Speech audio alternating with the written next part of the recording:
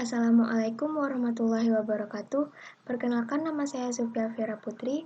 Di sini saya akan menampilkan hasil proposal penelitian saya yang berjudul Peningkatan Kedisiplinan ASN melalui Peran Kepemimpinan dan Pengawasan Terhadap Disiplin Kerja di Kota Padang.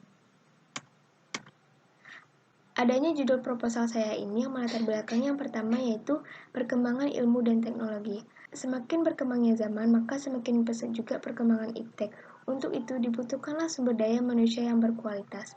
Selanjutnya, disiplin kerja. Disiplin kerja yang baik akan mempercepat tercapainya tujuan organisasi dan begitu juga sebaliknya. Selanjutnya itu adanya stres kerja. Stres kerja ini nantinya akan mempengaruhi hasil kerja.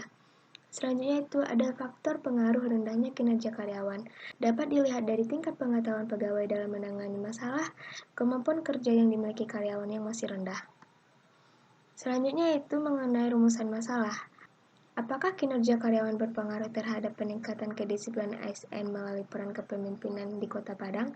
Apakah budaya organisasi berpengaruh terhadap peningkatan kedisiplinan ASN melalui peran kepemimpinan dan pengawasan terhadap disiplin kerja ASN di Kota Padang? Bagaimana cara peningkatan kedisiplinan ASN melalui peran kepemimpinan dan pengawasan terhadap disiplin kerja ASN di Kota Padang? Adapun tujuan penelitian ini yaitu untuk mengetahui pengaruh peningkatan kedisiplinan melalui peran kepemimpinan dan pengawasan terhadap disiplin kerja ASN di Kota Padang. Untuk mengetahui pengaruh budaya organisasi dalam peningkatan kedisiplinan ASN melalui peran kepemimpinan dan pengawasan terhadap disiplin kerja di Kota Padang. Untuk mendeskripsikan cara peningkatan kedisiplinan ASN melalui peran kepemimpinan dan pengawasan terhadap disiplin kerja ASN di Kota Padang. Selanjutnya itu manfaat penelitian ini ada dua, manfaat teoritis dapat memberikan sumbangan terhadap kajian teoritis ilmiah dan manfaat praktis yang bermanfaat sebagai masukan dan sumbangan pemikiran khususnya bagi kepala pimpinan. Selanjutnya yaitu tinjauan pustaka.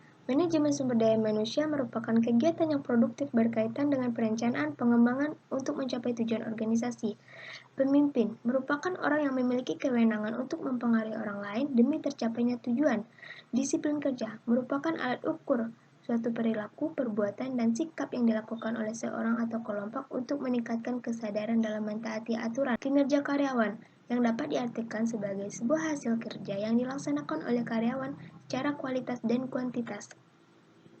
Adapun indikator dari pemimpin adalah materi pelatihan, metode pelatihan, instruktur pelatihan, sarana dan prasarana pelatihan. Indikator dari kinerja karyawan yaitu kualitas, kuantitas, efektivitas biaya, kebutuhan untuk supervisi. Sedangkan indikator dari disiplin kerja yaitu tujuan dan kemampuan, teladan pimpinan, balas jasa, gaji, keadilan, dan pengawasan. Selanjutnya yaitu kerangka berpikir. Contoh tindakan yang tidak disiplin yaitu memanipulasi data. Tindakan yang tidak disiplin ini perlu diatasi dengan cara melakukan pengawasan oleh pimpinan. Adanya pelaksana pengawasan ini akan merujuk pada disiplin kerja dan nantinya akan tercapai tujuan organisasi. Selanjutnya itu hipotesis, adanya pengaruh kinerja karyawan terhadap peningkatan kinerja ASN melalui peran kepemimpinan dan pengawasan disiplin kerja di Kota Padang. Adanya pengaruh budaya organisasi pada peningkatan terhadap kinerja ASN melalui peran kepemimpinan dan pengawasan terhadap disiplin kerja di Kota Padang. Adanya faktor yang mempengaruhi pada peningkatan terhadap kinerja ASN melalui peran kepemimpinan dan pengawasan terhadap disiplin kerja di Kota Padang. Selanjutnya itu uji validitas. Ini dilakukan dengan cara membandingkan nilai signifikan dari nilai korelasi reliability antara masing-masing skor indikator dengan total skor konstruk. Selanjutnya itu uji reliabilitas, yaitu alat ukur untuk mengukur suatu kuesioner yang merupakan indikator dari variabel. Uji reliabilitas ini dilakukan dengan cara metode Cronbach-Alpha. Selanjutnya itu teknik pengumpulan data. Pertama itu observasi, merupakan proses mengetahui secara langsung yang berkaitan dengan fenomena yang terjadi tanpa adanya pertanyaan atau komunikasi dengan individu yang diteliti. Selanjutnya itu yang kedua itu wawancara. Peneliti berdiskusi dengan beberapa karyawan untuk memperoleh informasi. Yang ketiga itu kuesioner.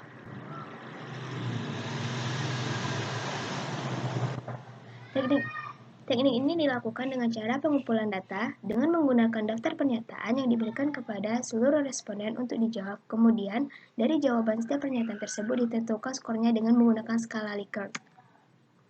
Teknik analisis data. Untuk pengolahan dan penulisan data akan menggunakan analisis kuantitatif. Analisis kuantitatif ini adalah metode analisis dengan angka yang dapat dihitung maupun diukur dan dalam prosesnya menggunakan alat bantu statistik.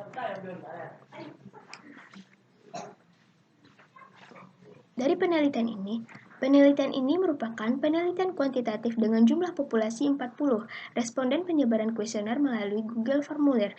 Variabel dalam penelitian ini adalah pelatihan kerja dan disiplin kerja, serta kinerja karyawan, dengan metode analisis berganda menggunakan SPSS. Untuk mengetahui bahwa instrumen dalam penelitian ini merupakan alat ukur yang akurat dan dapat dipercaya, maka diperlukan pengujian data. Pengujian data ini dalam bentuk uji validitas dan uji reliabilitas. Sekian hasil presentasi saya. Apabila ada kesalahan, mohon dimaafkan. Assalamualaikum warahmatullahi wabarakatuh.